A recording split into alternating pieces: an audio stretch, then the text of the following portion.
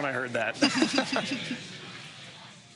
There we and can expected loss of signal, Bermuda and New Hampshire. There we can see Dragon Endeavour on its way to the International Space Station. It has separated. There's a view Dragon inside. SpaceX, we had nominal dehumidifier activation and service section Draco checkouts.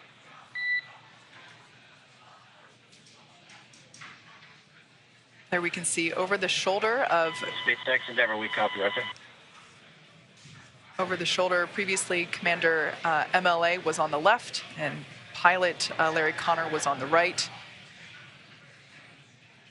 Live view inside the cabin. They just got the okay to lift their visors. All right.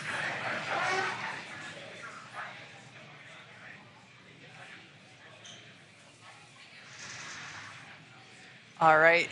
So we can see that everyone is in space. Yeah. We can see that zero-G indicator floating around. Great view there of Dragon Endeavour. Now in space with the Axiom 1 crew on their way to the International Space Station.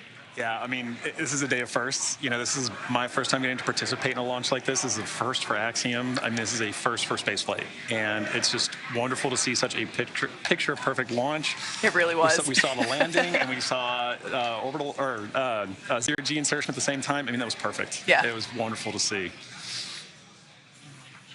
All right, well, as I just said, today's launch is one for the history books. So to punctuate this milestone that NASA and commercial companies are able to achieve together, we go now to Kennedy Space Center, where Megan Cruz is with NASA's Kathy Leaders. I'm here right now with the Associate Administrator of NASA's Space Operations Mission Director. It's so great to have you here, Kathy. What did you think of the launch? Oh my gosh, it's always like, you know, right in the bottom of my throat. I'm holding, I can't breathe.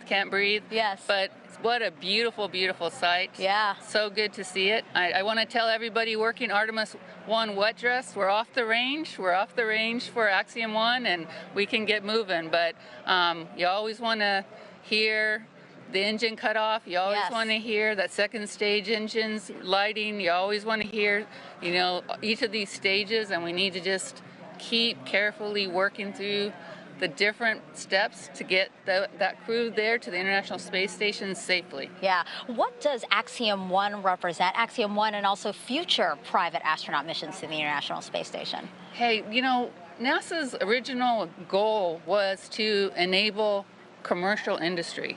That was actually in our original Space Act agreement. And so here we are, you know, 60 years later, enabling that through our missions. And so I just feel like this is a culmination of 60 years of work for us. And here we are once again getting to see, and for the first time getting to have commercial, you know, private astronauts going to the International Space Station, and they'll get to see what our government, what they're calling professional astronauts, doing their real work, but then also getting to do their work too. And it's another place where learning to peacefully work in space, I think, is moving us forward. Yeah, so important. And you know, we just watched Axiom 1 lift off from that launch pad right there behind us. In a couple of weeks, we're going to see Crew 4 launch from that same launch pad. And then just right next to it, Pad 39B, we have NASA's brand new space launch system. Can you recall a busier time we've had here at the Space Coast? And how is Kennedy Space Center managing its new role as this multi-user spaceport? So I think somebody else, Bob Cabana had this dream of a multi-user spaceport here. So I think he should be very, very proud of his KSE team, and Janet Petro and her team are obviously leading the way right now, because this is not easy to do. It's not easy to go make sure all of these people have all the capabilities, and are obviously working with our Air Force sister agency there too, and making sure that all these launches get supported in a seamless way. Just an amazing job. Yeah, a lot of juggling that has to happen. Yep. So, you know, I just talked about SLS. We are looking forward to the moon with that launch later this year. You know, why is it still so important to maintain a presence in low Earth orbit when we're looking towards the moon now? Because we still don't have everything figured out how to do things yet for the moon and Mars. And really the cheapest place for us to see a differential gravity environment and for the long term is still LEO. Yeah. And so we've got to continue to do these long duration flights, keep doing our medical protocols, keep doing our physical protocols, keep testing out our equipment through those long duration missions. It's the only place where we can do that right now. Yeah. And so we still need to be able to have this kind of a test bed for us to be checking out and proving our protocols, our research, our technology before you go put somebody in a rocket that's going to go to Mars, right? Yeah. So just like always, we prepare, we get ourselves ready, and a low Earth orbit destination is a perfect place to do that. And again, how does us fostering commercialization efforts in space, how does that free us up to pursue these other dreams that we have as an agency? So, you know, the administrator today in the pre-mission conference, he said, you know, we right now are doing, this is our first step. We're working with a commercial company to have them come to our International Space Station. And we're learning to work together and figuring out how to work together. And this is going to be an important step for us because moving forward, we would actually like to now be able to buy a ride and time on orbit with a commercial company to be able to have them do that. And so this is the first step of their learning from us and us learning from them. And then in the future, you know, we're going to have space station for another 8 years, but we would like by the early 2030s for us to be flipping the roles and have our professional astronauts going up and checking and doing and focusing on the research and technology we need for exploration, but allowing commercial providers to be doing the hard work of maintaining the laboratory. Kathy, what an exciting future. I'm looking forward to seeing it, and thank you again for being here. Thank you. All right, back to you, Dan. All right, hey, thanks, Megan. It is great to see the AX-1 mission on orbit. The team here with the space station are ready. We're ready to get them on board. So their journey just started. They've got about 20.5 hours until they're docked to the space station. Again, they're headed for the Zenith port on Node 2. That's the space-facing one on the very top. With that docking scheduled right now for 11:45 GMT on Saturday. That is just about 6:45. 50 years ago, we pioneered a path to the moon. The trail we blazed cut through the fictions of science and showed us all what was possible. Very pretty out here. Today, our calling to explore is even greater. To go farther, we must be able to sustain missions of greater distance and duration. We must use the resources we find at our destinations. We must overcome radiation, isolation, gravity, and extreme environments like never before. These are the challenges we face to push the bounds of humanity. We're going to the moon to stay by 2024, and this is how.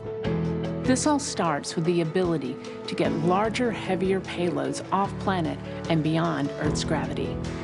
For this, we designed an entirely new rocket. The Space Launch System. SLS will be the most powerful rocket ever developed. And with components in production and more in testing, this system is capable of being the catalyst for deep space missions.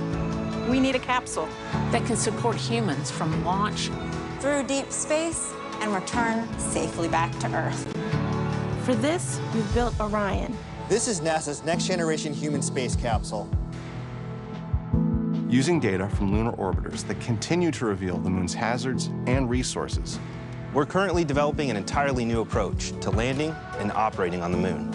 Using our commercial partners to deliver science instruments and robotics to the surface, we are paving the way for human missions in 2024.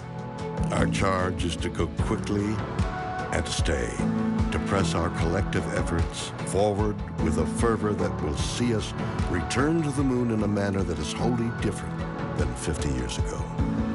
We want lunar landers that are reusable, that can land anywhere on the lunar surface. The simplest way to do so is to give them a platform in orbit around the moon from which to transition.